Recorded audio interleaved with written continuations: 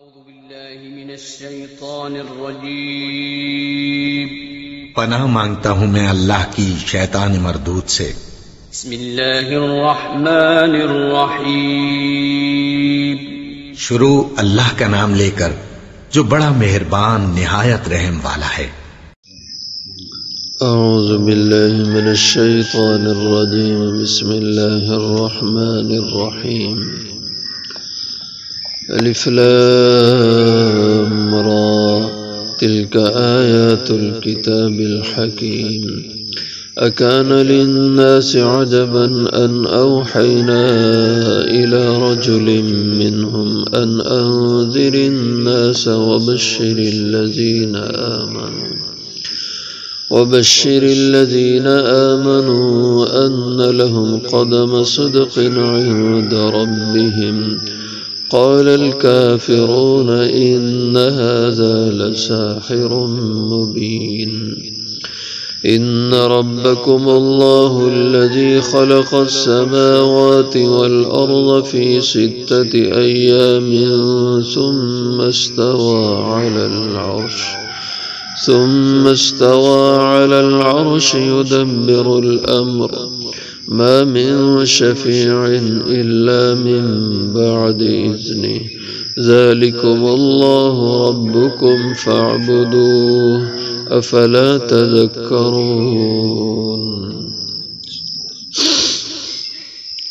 الف لام را تلك آیات الکتاب الحکیم، یہ آیتیں ہیں ایسی کتاب کی جو حکمتوں والی ہے۔ اکان للناس عجبا، کیا ہوا لوگوں کو تعجب، ان اوحینا، یہ کہ ہم نے وحی بھیجی، الی رجل منہم، ایک آدمی کی طرف انہی میں سے، ان انذر الناس، یہ کہ ڈرائیں لوگوں کو، وبشر الذین آمنوا، اور خوشخبری سنائیں ایمان والوں کو، ان لہم، کہ بے شک ان کے لیے، قدم صدق، سچائی کے قدم ہوں گے، عند ربہم، ان کے رب کے ہاں۔ قال الکافرون، تو کہنے لگے کافر، ان ھذا لساحر مبین، بے شک یہ البتہ جادوگر ہے بڑا واضح۔ ان ربکم اللہ، بے شک تمہارا پروردگار اللہ ہے،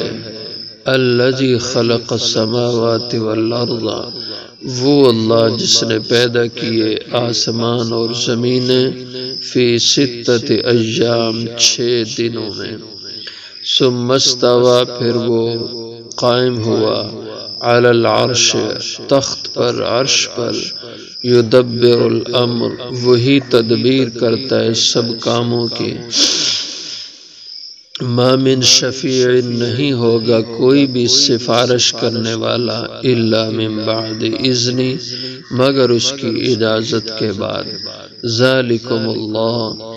یہ ہے تمہارا اللہ، تمہارا رب، فاعبدو، بس اسی کی بندگی کرو، افلا تذکرون، کیا پس تم لوگ غور و فکر نہیں کرتے؟ سورت کا نام یونس ہے، اس میں حضرت یونس علیہ السلام جو اللہ کے پیغمبر ہوئے، عراق کے صوبہ موصل، اس کے شہر نینوا میں آپ رہا کرتے تھے، اور یہ موصل اب بھی صوبہ ہے اور نینوا شہر اب بھی صوبے میں موجود ہے، یہاں کے آپ رہنے والے تھے، اور اسی علاقے کی طرف آپ پیغمبر بنا کے بھیجے گئے تھے، ان کا ذکر ہے تو اسی کی نسبت اس سورت کا نام سورہ یونس رکھا گیا، اور یہ مکی ہے، 2-3 آیتیں صرف اس میں مدنی ہیں، اور نزولی ترتیب میں اس کا 51 نمبر ہے، 50 صورتیں اس سے پہلے نازل ہو چکی تھی، اور یہ شروع کے الفاظ الف لام را، یہ حروف مقطعات ہیں، اور جمہور کا مسلک اس کے بارے میں یہ ہے کہ اللہ عالم بمرادہ، اللہ ان کی قطعی مراد جانتے ہیں، اللہ کے سوا کوئی نہیں جانتا۔ البتہ حضرت ابن عباس رضی اللہ عنہ نے اس کی تفسیر کی ہے، آپ فرماتے ہیں یہ مخففات ہے، مخفف ہے۔ یہ جیسے ہمارے ہاں بھی لوگ پورے نام کو ایک لفظ میں لکھ دیتے ہیں، مثلا محمد کا لفظ ہے تو لوگ اس کو ایم لکھ دیتے ہیں، مثلا ضیاء کا لفظ ہے تو اس کو کوئی صرف زیڈ کے لفظ سے اس کو ظاہر کر دے، تو مخفف یہ زبانوں میں استعمال ہوتے ہیں۔ تو یہ مخفف الفاظ ہیں، الف یہ مخفف ہے، لام مخفف ہے، را مخفف ہے۔ تو ابن عباس رضی اللہ عنہ فرماتے ہیں الف یہ مخفف ہے لفظ اللہ جو اللہ کا ذاتی نام ہے اس سے، لام یہ مخفف ہے اللہ کا صفاتی نام لطیف سے، اور را مخفف ہے اللہ کے صفاتی نام رؤوف سے۔ بہرحال یہ آپ کا فرمان ہے، اور جمہور فرماتے ہیں کہ اللہ تعالیٰ کو ہی ان کا قطعی علم ہے کہ ان سے مراد کیا ہے، تو ان کو حروف مقطعات کہتے ہیں۔ تلک آیات الکتاب الحکیم، یہ آیتیں جو بھی پڑھ کے سنائی جائیں گی یہ آیات ہیں ایسی کتاب کی الحکیم جو حکمتوں دانائی والی کتاب ہے، جس کی تعلیمات وہ دانائی والی سوجھ بوجھ والی ہے، یعنی جو ان پہ عمل کرے ان کو پڑھے اس کو علمی سوجھ حاصل ہوگی، سمجھ دانائی اس کو ملے گی۔ اکان للناس عجبا، کافروں نے اس پہ بڑا تعجب کیا کہ ہماری برادری کے ہماری جنس کے ایک آدمی پیغمبر ہو جائے، یہ ہمیں سمجھ نہیں آتی کہ انسان اور بشر ہو کر نبی بن جائے، کیونکہ وہ بشر کو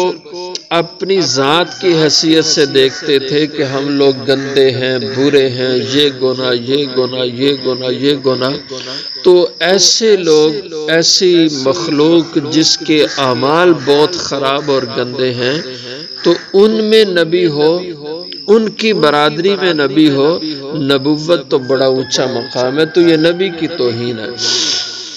یہ ان کو مغالتا تھا۔ تو اللہ تعالیٰ نے فرمایا کہ نبی بھی انسان بشر ہوتا ہے لیکن وہ عام انسان بشر نہیں ہوتا، اللہ ان میں سے اس کا انتخاب اور چناؤ کر کے اس کو اعلیٰ ترین درجے پہ فائز کرتے ہیں۔ اپنے جیسا بشر انسان نبی کو قیاس نہ کرو۔ تو یہ جہالت ہے کہ نبی کے بارے میں یہ خیال کرنا کہ وہ بشر اور انسان نہیں، کیونکہ بشر انسان ہونا یہ ایک عیب اور کمزوری ہے، یہ غلط ہے، اور یہ پرانے زمانے سے مغالطہ آ رہا ہے۔ آج بھی لوگوں کو مغالطہ ہے کہ نبی کو بشر انسان کہنے سے نبی کی بے ادبی اور توہین ہوتی ہے، جبکہ ایسا نہیں ہے۔ یہ قرآن کا قطعی عقیدہ ہے کہ انبیاء علیہ السلام پیغمبر اور بشر ہوئے ہیں۔ وما ارسلنا من قبلک الا رجالا، اللہ تعالیٰ فرماتے ہیں ہم نے آپ سے پہلے جتنے رسول بھیجے سبھی کے سب انسان مرد تھے۔ تو فرمایا کان للناس عجبا، کیا ہوا لوگوں کو تعجب اس بات پہ، ان اوحینا یہ کہ ہم نے وحی بھیجی، الی رجل منہم ایک آدمی کی طرف انہی میں سے۔ آخر انہوں نے کہا کہ چلو مان لیتے ہیں کہ ہم انسان تھے، انسانوں میں ہی اللہ نے کسی کو نبی بنانا تھا، تو پھر لولا نزل هذا القرآن على رجل من القريتين عظیم، ہماری ان دو بڑی آبادیوں میں سے کسی بڑے آدمی کو اللہ نبی بناتے۔ تو مکہ کی دو بڑی آبادیاں، ایک مکہ معظمہ شہر اور دوسرا طائف شہر، ان کو قریتین کہا جاتا تھا، دونوں قریب قریب تھے۔ تو کہنے لگے ان میں کوئی جو بڑا آدمی تھا، سردار، رئیس، مالدار، اس کو نبی بنایا جاتا، اور مکہ کے بارے میں انہوں نے کہا کہ ولید ابن مغیرہ نبی بنتا، کیونکہ یہ بہت خوبصورت آدمی تھا، اور یہ حضرت خالد ابن ولید کا والد تھا۔ اور 13 بیٹے تھے۔ اس زمانے میں بیٹوں کا زیادہ ہونا یہ بڑے چودھری ہونے کی علامت سمجھا جاتا تھا، تو بیٹے بھی اور خوبصورت بھی اور مالدار بھی خوب تھا، شاید اس سے زیادہ مالدار کوئی آدمی نہ ہو۔ انہوں نے کہا نبی ہی اگر اللہ نے بنانا تھا تو مکہ والوں میں اللہ اس ولید کو نبی بناتا، اور انہوں نے کہا چلو مکہ میں نہیں تو طائف والوں میں سے کسی کو نبی اللہ بناتا، اور طائف والوں میں اگر کوئی نبی ہوتا تو عروہ ابن مسعود ثقفی کو نبی ہونا چاہیے تھا کہ وہ طائف میں بڑا آدمی مالدار اور رئیس آدمی ہے۔ تو یہ عروہ ابن مسعود، یہ بعد میں اللہ نے ان کو ایمان کی توفیق بخشی، یہ صحابی بنے رضی اللہ عنہ، لیکن ولید ابن مغیرہ کو ایمان کی توفیق نہ ملے۔ تو کہنے لگے کہ ان 2 بستیوں میں کسی بڑے آدمی کو خدا نبی بناتا اگر انسانوں میں ہی اللہ نے بنانا تھا۔ تو اس کے جواب میں اللہ جل شانہ نے وہاں پہ فرمایا کہ اللہ عالم یجعل رسالتہ، کہ اللہ کو معلوم ہوتا ہے کہ اللہ نے رسالت کہاں رکھنی ہے، کس کو نبی بنانا ہے۔ وہ اعزاز اللہ نے اپنے علم میں، اور اس کی خاص صفات ہیں، مالداری یا چودراہٹ اس کی صفت نہیں ہے۔ تو فرمایا کہ انذر الناس، کہ اللہ نے لوگوں میں سے ایک پیغمبر بنائیے کہ وہ ڈرائیں لوگوں کو، جو نافرمانی کریں انہیں دوزخ سے ڈرائیں، وبشر الذین آمنوا، اور جو ایمان والے ہوں نیک عملوں پہ چلیں ان کو خوشخبری سنائیں، ان لہم قدم صدق، کہ بے شک ان کے لیے سچائی کے قدم ہیں۔ تو قدم سے مراد ہے، کس کی تفسیر یہ کہ اعمال ان کے سچائی کے ہیں، اور ان کے اعمال کا اجر اور بدلہ ان کو ملے گا۔ اور ایک قدم سچائی کا معنی کہ قدم بمعنی مقام کے، کہ ان کے لیے سچائی کا مقام اور مرتبہ ہوگا عند ربہم، ان کے رب کے ہاں۔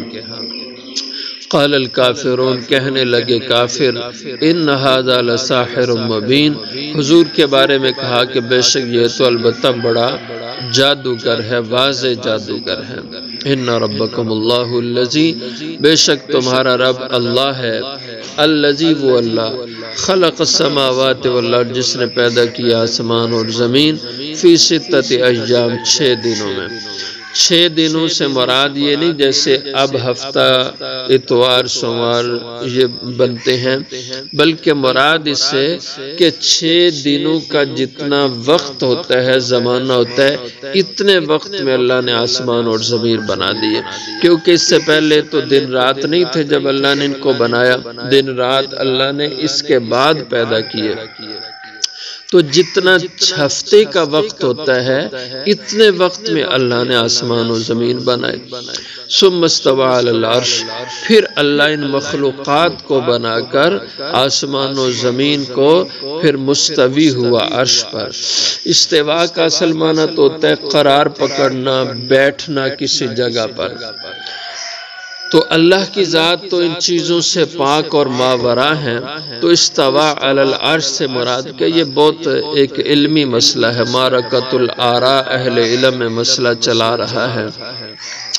بہرحال اس کے بارے میں یہ ہے کہ یہ مشتبہات، یعنی قرآن میں کچھ ایسی چیزیں ہیں کہ جن کی تشبیہ آپ نہیں دے سکتے، جیسے قرآن پاک میں ہے اللہ کا چہرہ، اللہ کی پنڈلی،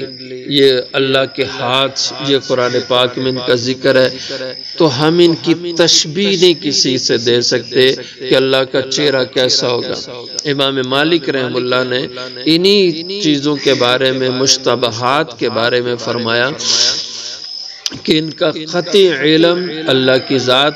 کو ہے، الایمان بہ واجب، اس سے جو بھی اللہ کی مراد ہے اس پر ایمان رکھنا یہ واجب ہے، اور اس کے بارے میں سوال کرنا یہ بدعت ہے، یہ گناہ ہے۔ اللہ کی ذات تشبیہات سے پاک ہے، یدبر الامر، اللہ تدبیر فرماتے ہیں ہر کام کی، جو بھی دنیا میں ہو رہا ہے یہ سب اللہ کی تدبیر سے ہے۔ ما من شفیع الا من بعد اذن، جب کافروں سے کہا جاتا کہ کل قیامت آ گئی تو پھر کیا کرو گے، تو کہتے کوئی مسئلہ نہیں، ہمارے سفارشی ہمارے یہ معبود ہیں، لات عزا منات، یہ ہماری سفارش کریں گے۔ تو اللہ نے فرمایا ما من شفیع، اس دن کوئی سفارشی نہیں بنے گا الا من بعد اذن، مگر اللہ کی اجازت کے بعد۔ اللہ جس کو شفاعت اور سفارش کا حق دیں گے وہی سفارش کر سکے گا۔ ذالکم اللہ ربکم، یہ صفات والا اللہ تمہارا رب ہے، فاعبدو، پس اسی اللہ کی بندگی کرو، ساری زندگی اس کے مطیع فرما بردار رہو۔ افلا تذکرون، کیا پس تم اتنی بات پہ کو بھی نہیں سمجھتے، اس پہ غور نہیں کرتے کہ اللہ جو اتنی قدرتوں کا مالک ہے وہی تمہاری بندگی کا بھی حقدار ہے، اس کے علاوہ کوئی تمہاری بندگی کا حقدار نہیں ہے۔ افلا تذکرون، کیا پس یہ لوگ غور و فکر نہیں کرتے؟